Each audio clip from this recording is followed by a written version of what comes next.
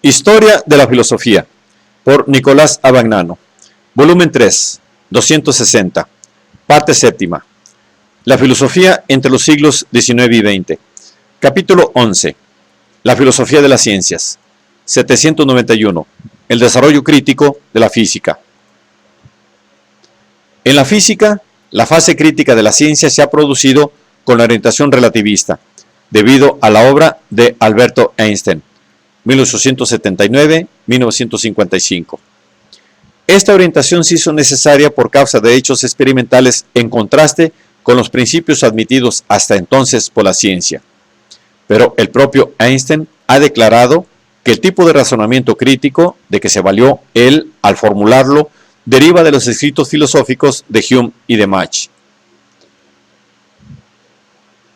La constancia de la velocidad de la luz, resultado de repetidas medidas experimentales, aparecía en contraste con la mecánica clásica, según la cual las velocidades de cuerpos que se mueven en dirección opuesta se suman, de modo que la luz procedente de astros lejanos, en cuya dirección se mueve nuestro planeta, deberá viajar más veloz que la procedente de astros de los que la Tierra se aleja.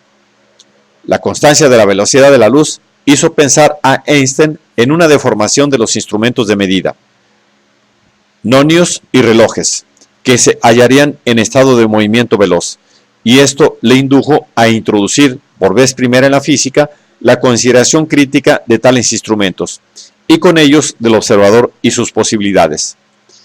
De esta manera, entraban por primera vez en la consideración científica verdadera y propiamente tal, los procedimientos y los métodos de medida y la acción misma del observador. Mientras la física clásica prescindía de esta consideración y podía suponer en la realidad incluso caracteres o determinaciones no conseguidas por medidas y observaciones efectivas, la física relativista afirmó la necesidad de efectuar en todo caso la observación y renunciar a atribuir al objeto físico determinaciones que no resultaran de observaciones efectivamente realizadas. El resultado de esta consideración crítica de la ciencia, crítica recayente sobre los mismos procedimientos de investigación de que la misma se vale, fue la llamada relatividad restringida, descubierta por Einstein en 1905. Esta teoría afirma, en primer lugar, que la distancia espacial o temporal no es una entidad o un valor en sí, sino que es relativa al cuerpo que se escoge como sistema de referencia. Y en segundo lugar, que no existe ningún sistema de referencia absoluto o privilegiado. Basados en estos principios, dos acontecimientos que son simultáneos con respecto a un sistema de referencia no lo son con respecto a otro sistema que esté en movimiento con relación al primero.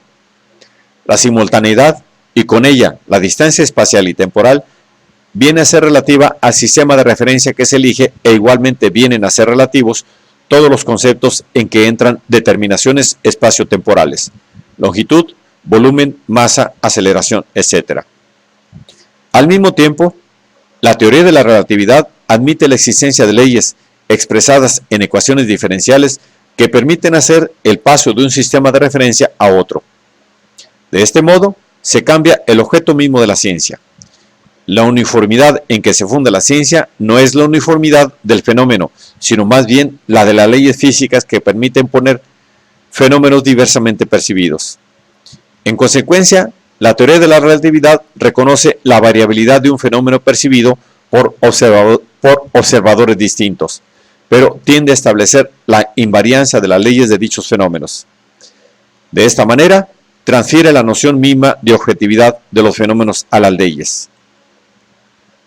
Por otro lado, el uso de las ecuaciones diferenciales, en lugar de las ordinarias empleadas en la física clásica, se sugiere en la teoría de la relatividad por el hecho de que aquellas ecuaciones son menos categóricas o más genéricas.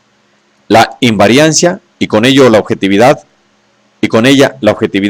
se logra de esta manera a un nivel menos específico y en un grado menos riguroso que en la física clásica. Estos mismos conceptos los extendió Einstein en 1912 de los sistemas inerciales a los que se refería la primera forma de la relatividad, a los sistemas gravitacionales. La relatividad general es una teoría de la gravitación que hace inútil la hipótesis de la fuerza de gravedad admitida por Newton y explica los movimientos de los cuerpos con una curvatura del espacio-tiempo. por la cual todo cuerpo sigue en su movimiento aquella trayectoria curva que es la línea curva más breve, dada la curvatura de la negación que el mismo atraviesa. Esta curvatura se mide por un número determinado de coeficientes, cuyo valor en el espacio vacío es igual a 0.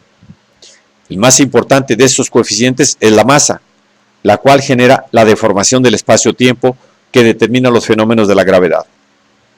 Así, pues, la relatividad general emplea una noción de espacio distinta de la descrita por la geometría de Euclides. La noción abstracta o generalizada que había sido descrita por Riemann, párrafo 789. Por primera vez en esta teoría se empleaba la geometría no euclidia para la interpretación de la realidad física. Además, en ella salta a primer plano el concepto de campo, que había sido elaborado en electrología y que Einstein extiende a la interpretación de toda la realidad física. La noción de campo implica la desaparición de la diferencia entre materia y energía, sobre la cual se fundaba la física clásica.